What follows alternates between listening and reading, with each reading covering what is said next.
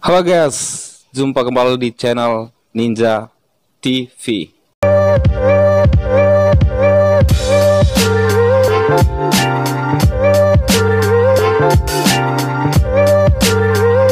Yo bosku, selamat datang kembali di channel ini. Apa kabar kalian semua, para bosku dimanapun berada? Semoga para bosku semua dalam keadaan baik-baik saja dan tak kekurangan satu apapun tentunya ya. Dan segala angan impian para bosku semua kiranya segera tercapai bosku. Amin. Hari ini saya masih di Malaysia ya bosku. Belum pergi ya. Kontraknya juga masih panjang lagi. Dan ini perjalanan ke studio terbuka ya, dimana kita selalu menjawab komentar dari para bosku semua. Dan kita membahas seputar pekerjaan dan banyak hal lainnya ya bosku. Jadi tempat ini tentu akan menjadi sebuah sejarah bagi saya ketika saya berangkat nanti kembali ke Indonesia bosku. Jadi saya mau memperkenalkan diri bosku. Jadi udah banyak sih para bosku semua yang sudah setia di channel ini, namun saya belum pernah memperkenalkan diri ya. Saya masih menggunakan nama Ninja ya, Ninja Sawit. Jadi satu saat nanti, kenapa sih namanya harus Ninja? Nanti satu saat nanti saya akan membahasnya bosku. Jadi saya nggak sembarangan mengambil nama Ninja ya. Meskipun saya bukan Ninja Sawit, tapi nama tersebut sepertinya bisa menggambarkan kehidupan saya ya bosku. Jadi saya mau memperkenalkan diri untuk pertama kalinya, yaitu nama saya itu sering dipanggil di sini itu LS. Pada dasarnya nama saya itu bukanlah LS bosku. Itulah gabungan dari nama saya. Dan semua orang di sekitar tempat kerja itu sudah nyaman dengan panggilan nama LS. Saya juga nggak tahu sih dasarnya dari mana nama saya itu bisa dipanggil LS. Tapi sepertinya ada salah satu kawan kerja yang berangkat dari Indonesia dan dia menggunakan nama tersebut. Katanya sih nama itu nggak cocok lah dipanggil nama kalau yang manggil itu lebih muda ya. Jadi supaya nanti manggilnya pun enak, kedengarannya pun nyaman bagi saya, itu dipanggillah saya saat ini di lokasi ini dengan sebutan nama LS. Jadi mandor pun udah memanggil saya dengan sebutan LS ya. Jadi nggak nama aslinya lagi bosku. Jadi seperti itulah bosku. Dan ada juga yang bertanya, "Bang, bos, kenapa sih bajunya itu aja?" Aduh. Senyuman ini adalah senyuman palsu bosku. Jadi sebetulnya aku nggak punya uang membelinya. Jadi untuk para bosku semua yang punya baju, silakan berikan kepada aku ya bosku. Saya bukannya nggak sanggup sih bosku untuk membeli baju lagi. Tapi baju yang saya stok itu dari Indonesia, saya rasa itu saya usahakan, saya upayakan itu sampai nanti pulang nanti. Kalau bisa sih bertahan lah ya. Karena kalau pulang nanti meskipun kita bawa banyak baju dari sini, dari Malaysia ya, tentunya itu nanti kabin pesawat itu akan menjadi sebuah problem ya bosku.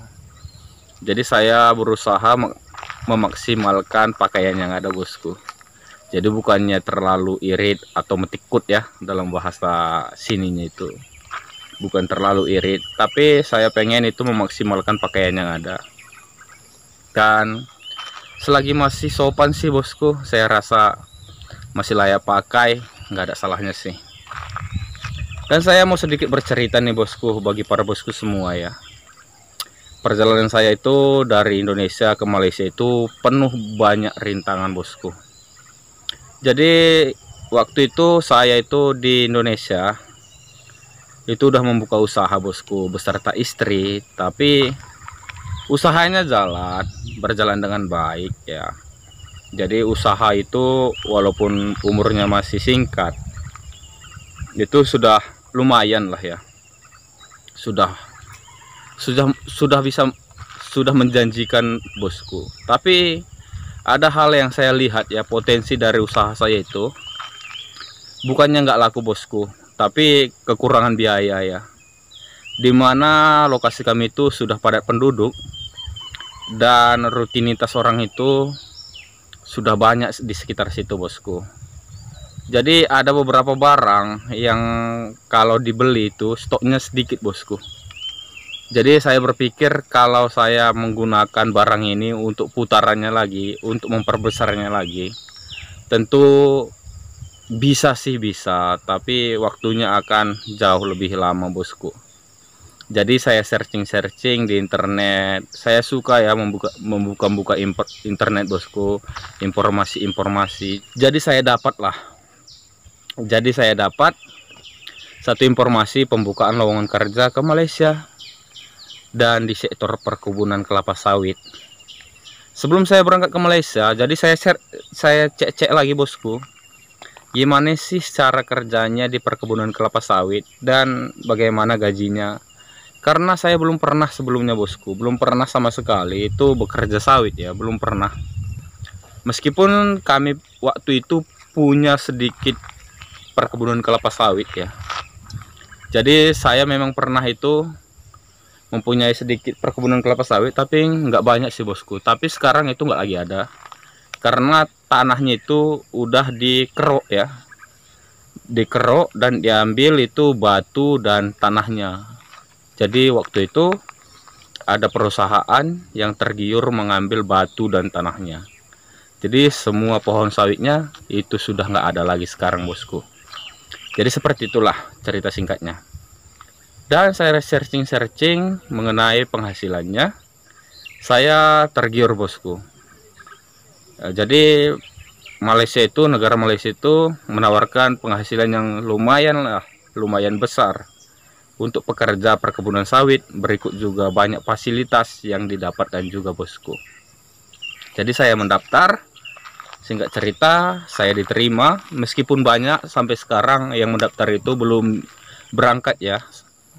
Jadi syukur-syukurlah juga untuk saya juga, karena saya salah satu dari sekian banyak orang yang diberangkatkan di grup kedua ya. Jadi keberangkatan itu untuk grup kelapa sawit itu dari PT yang memberangkatkan kami. Itu grup pertama udah berangkat sekitar 2 atau 3 bulan. Itu masuk grup kedua keberangkatannya, dan disitulah saya masuk bosku. Jadi syukur juga saya bisa masuk. Dan sebetulnya bosku, saya berangkat ke Malaysia itu penuh dengan apa ya? Penuh dengan sedikit masalah. Karena keluarga itu sebagian melarang bosku. Keluarga sebagian melarang supaya saya bekerja di Malaysia. Dia bilang kalau di Indonesia pun bisanya orang sukses, banyaknya orang sukses. Ya pikiran saya sih benar bosku, orang Indonesia itu banyak yang sukses. Tidak pun ke luar negeri, tidak pun bekerja di Malaysia, itu banyak orang Indonesia yang sukses. Tapi pada dasarnya mereka yang sukses itu mempunyai dana yang memang sudah disediakan dari keluarga ya bosku. Jadi dia buka usaha, modalnya besar dan sukses. Jadi kalau dikaitkan dengan kehidupan saya pikir kalau dibandingkan dengan mereka, semua orang lain bisa sukses. Jadi lihat itu salah satu orang yang udah sukses ya. Ada keluarga saya yang mengatakan lihat itu di kampungnya dia, masih di Indonesianya dia, tapi kok dia bisa sukses. Kau juga bisa kayak gitu. Dalam pikiran saya bosku, ya iyalah, orang tuanya backup dia dengan full ya, dan juga nggak tanggung-tanggung memberikan bantuan usaha untuk membuka usahanya. Beda halnya dengan saya bosku.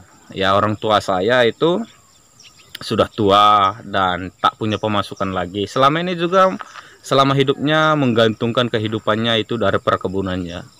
Dan sekarang dia nggak punya uang masuk lagi. Jadi nggak mungkin lah saya paksa-paksa juga lah untuk membuka usaha yang besar, menambah usaha kami agar semakin besar. Nggak mungkin juga lah. Karena saya juga masih bersyukur ya, orang tua saya masih hidup ya. Terkhusus orang tua saya, ibu saya ya, karena ayah sudah meninggal sewaktu saya masih SD.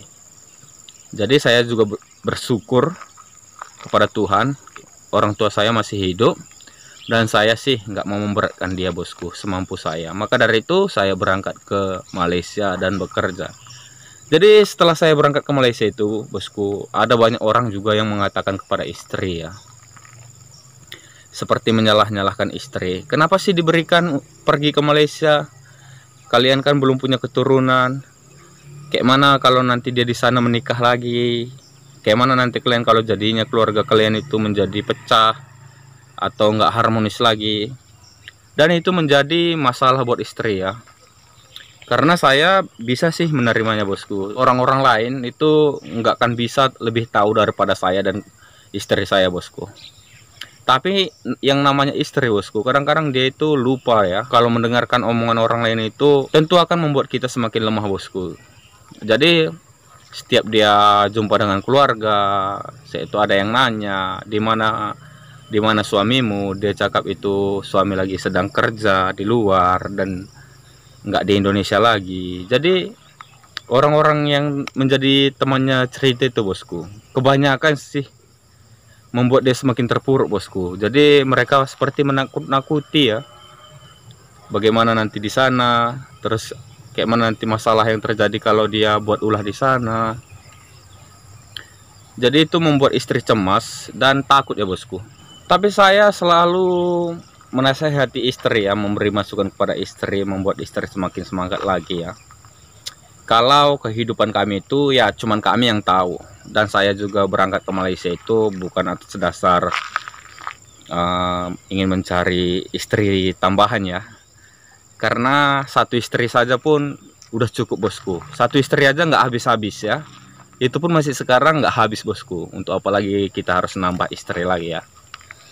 Dan sampai sekarang syukurnya bosku, orang-orang yang mengejek, menghina, membuat seperti terpuruk keadaan istri itu sekarang udah melihat ya sedikit hasil perjuangan saya ketika bekerja di Malaysia bosku. Jadi udah terlihat usaha kami juga syukurnya semakin berkembang, dan barang juga semakin hari semakin bulan bertambah. Saya mengirim uang kepada istri dan istri membelikan barang, dan sekarang istri bilang kalau warung tempat kami berjualan itu harus diperbesar karena sudah sempit ya. Karena sudah sempit, karena ada banyak barang yang sudah bisa dibeli bosku, ada banyak stok barang yang bisa dibeli. Dan kalaupun ditambah lagi barangnya, saya menawarkan beberapa barang. Kata istri jangan dulu, karena untuk barang-barang itu mungkin saja nanti kita akan kerepotan karena tempatnya nggak ada bosku. Jadi syukurlah bosku, seperti itulah. Meskipun orang lain itu menganggap kita lemah, menganggap kita bakal hancur, rumah tangga kita bakal hancur, karir kita bakal hancur. Disitulah saatnya kita semua bosku, agar kita lebih semangat lagi bosku. Jangan sampai apa yang mereka duga, jangan sampai apa yang mereka doakan, jangan sampai hal-hal buruk yang mereka katakan, itu jangan sampai terjadi bosku. Maka dari itu kita harus lebih giat lagi bosku, menunjukkan kepada mereka, bukan untuk sombong ya bosku, tapi untuk membuktikan kalau apa yang mereka katakan itu tidak benar bosku. Jadi seperti itulah bosku cerita singkat perjalanan saya ya, menuju Malaysia, bekerja di Malaysia, mencari penghasilan tambahan di Malaysia. Hingga saat ini masih juga bekerja di Malaysia bosku. Jadi ini sudah bulan ke-4 ya kalau tak salah. Itu kami sudah menerima gaji, dan hasil dari kami menerima gaji itu cukup sangat membantu ya, terlihat sangat nyata bisa membantu keluarga kami bosku. Itu juga bukan kami semata itu mengharapkan penghasilan saya saja bosku. Jadi istri juga saya sarankan, buatlah usaha tambahan atau buatlah sesuatu yang bisa menghasilkan uang lagi, yang nggak mengganggu pekerjaan di warung. Kalau bisa ya buatlah, meskipun pendapatannya itu sedikit, baik itu pendapatannya sehari Rp1 pun, atau mungkin satu hari itu Rp5.000, ya nggak masalah sih. Yang penting ada tambahan lainnya yang bisa kita dapat ya. Jadi kami juga mempunyai satu impian bosku. Jadi kami punya satu impian yang membutuhkan banyak biaya ya. Ya saya rasa sih kalau dipikir-pikir mustahil bisa terjadi bosku. Tapi saya yakin percaya ya. Saya punya tekad lebih baik mencoba tapi gagal daripada takut gagal jika akan mencoba bosku. Jadi untuk menggapai impian kami yang terlihat mustahil itu bosku, saya akan mencobanya terus, saya akan berjuang terus, saya akan menghabiskan tenaga saya itu total sekali bosku, agar bisa mewujudkan impian kami tersebut bosku. Masalah nanti belakangan hari Tuhan jawab, impian kami itu bisa berhasil, kami bisa mewujudkan impian kami itu, atau bahkan kami nggak bisa mewujudkan impian kami itu gagal, nggak masalah bosku.